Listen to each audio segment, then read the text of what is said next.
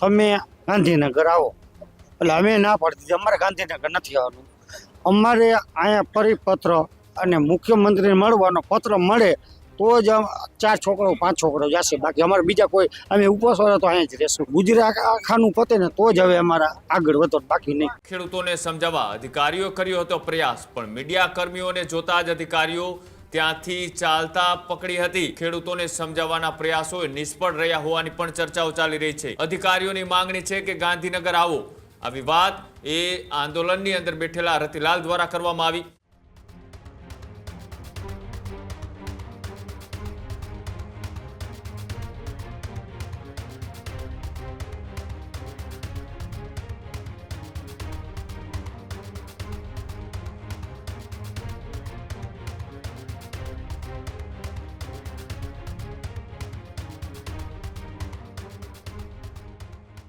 મોરબીના જેતપરની અંદર એ સતત 7 દિવસ થયા એ ઉપવાસ આંદોલન છે તે ચાલી રહ્યું છે. મોરબીની અંદર જે આંદોલન છે તે ચાલી રહ્યું છે તેને લઈ હવે એસડીએમ અને ડીવાયએસપી આંદોલન છાવણીની મુલાકાતે પહોંચ્યા હતા. ખેડૂતોને સમજાવવા અધિકારીઓ કર્યો હતો પ્રયાસ, પણ મીડિયા કર્મીઓને જોતા જ અધિકારીઓ ત્યાંથી ચાલતા પકડી હતી. સાથે જ મીડિયા કર્મીના કેમેરાની સામે અધિકારીઓ છે તે વાતચીત કરવાનું ટાળી અને ત્યાંથી નીકળવાનો પ્રયાસ છે તે કરી રહ્યા હતા. ખેડૂતોને સમજાવવાના પ્રયાસો નિષ્ફળ રહ્યા હોવાની પણ ચર્ચાઓ ચાલી રહી છે. ખેડૂત આગેવાન રતિલાલ અમૃતિયાએ પણ આ મામલે નિવેદન આપ્યું. અધિકારીઓની માંગણી છે કે ગાંધીનગર આવો. આવી વાત એ આંદોલનની અંદર બેઠેલા રતિલાલ દ્વારા કરવામાં આવી. મુખ્યમંત્રીને મળવાનો પત્ર મળશે તો અમે વિચારીશું, આવી વાત રતિલાલે કરી છે. ગુજરાતના તમામ ખેડૂતોની માંગણી પૂરી થવી જોઈએ. જે રીતના થોડા દિવસ પહેલા પણ ગાંધીનગરથી આ ખેડૂતોને તેડું આવ્યું હતું, પણ તેનો સ્પષ્ટ ઇનકાર છે તે ખેડૂતો દ્વારા કરી દેવામાં આવ્યો હતો. ત્યારબાદ આજે એસડીએમ અને ડીવાયએસપી સહિતના અધિકારીઓ છે તે આંદોલન છાવણી ખાતે પહોંચ્યા હતા અને તેઓએ ખેડૂતો સાથે વાતચીત કરવાનો પ્રયાસ કર્યો હતો.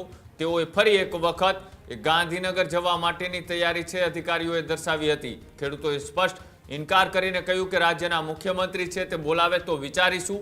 અને સાથે જ ખાલી જેતપર કે મોરબીના ખેડૂતો નહીં, પણ ગુજરાતના તમામ ખેડૂતોના ખેતરની અંદર જે થાંભલા નાખવાની પ્રક્રિયા ચાલી રહી છે તે તમામને લઈ સરકાર કોઈ યોગ્ય નિર્ણય કરે તો અમે વિચારીશું. આવી વાત એ ત્યાં આંદોલનમાં બેઠેલા એ કાંતિ અમૃતિયાના ભાઈ રતિલાલ અમૃતિયા દ્વારા કરવામાં આવી. અને જે આ પ્રયાસ હતો અધિકારીઓનો ત્યાં મનાવવા આવવાનો અથવા તો સમજાવટનો, તેને લઈ શું કહ્યું આવો એ પણ જોઈએ.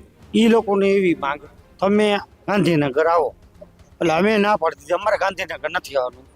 અમારે અહીંયા પરિપત્ર અને મુખ્યમંત્રીને મળવાનો પત્ર મળે તો જ 4 છોકરો 5 છોકરો જશે, બાકી અમારે બીજા કોઈ અમે ઉપવાસવાળા તો અહીંયા જ રહેશું.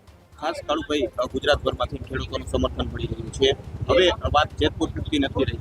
જો આવનારા દિવસોમાં સરકાર દ્વારા માંગ સ્વીકારવામાં આવશે તો કયા પ્રકારની માંગ હશે તો જ આ ઉપવાસ છાવણી છે તે સમેટાય છે? હવે ગુજરાત આખાનું તમામ આવે, તમે જુઓ 12થી વધેથી, એટલે ગુજરાત આખાનું પતે ને તો જ હવે અમારા આગળ વધો, બાકી નહીં. 5 જ જશે. બોલે તો અમે ના જ પાડીએ, બને તે દી અમારા ઘણા હે તો સમજી લ્યો, અમે ના પાડીએ. હવે છતાંય છોકરો જો 6 દીથી ઉપવાસમાં હે છતાંય લઈ જવાની માંગ કરે. હવે 4-5 છોકરાઓને મોકલશું તો એ પરિપત્ર અમને આપે અને મુખ્યમંત્રીનો પત્ર આવે તો જ, બાકી નહીં. આજ આવો જેવું નહીં પતે તેવું. ખેડૂત ભાઈઓ છે ખેતરમાં ડ્રોન ઉડાવતા હોય છે ત્યારે આપણે એક પ્રશ્ન સતાવતો હોય છે કે જે આપણે અત્યાર સુધી જીપીએસ ટેકનોલોજી વાળા ડ્રોન વાપર્યા છે, જેથી કરીને મોબાઈલ ટાવર છે અથવા તો હાઈ ટેન્શન લાઈન પસાર થતી હોય, કોઈ વૃક્ષો હોય, ત્યારે જે જીપીએસ ટેકનોલોજી વાળા ડ્રોન છે એમાં ટકરાય અને ટ્રેસ થાય છે. પણ એગ્રીવન લાવ્યું છે જીએનએસએસ ટેકનોલોજી ડ્રોન, જેથી કરીને એ ડ્રોન છે એ કોઈ જગ્યાએ ટકરાય નહીં, પોતાની રીતે જ ડિસિઝન લે છે અને મૂવ થઈ જાય છે, જેથી કરીને જીએનએસએસ ટેકનોલોજી ડ્રોન છે એ વાપરવાનો આગ્રહ રાખો. હજુ સુધી તમે અમારી ચેનલને સબસ્ક્રાઇબ નથી કરી તો અત્યારે જ ન્યૂઝરૂમ ગુજરાતને સબસ્ક્રાઇબ કરો, ફેસબુક અને ઇન્સ્ટાગ્રામ પર ફોલો કરો.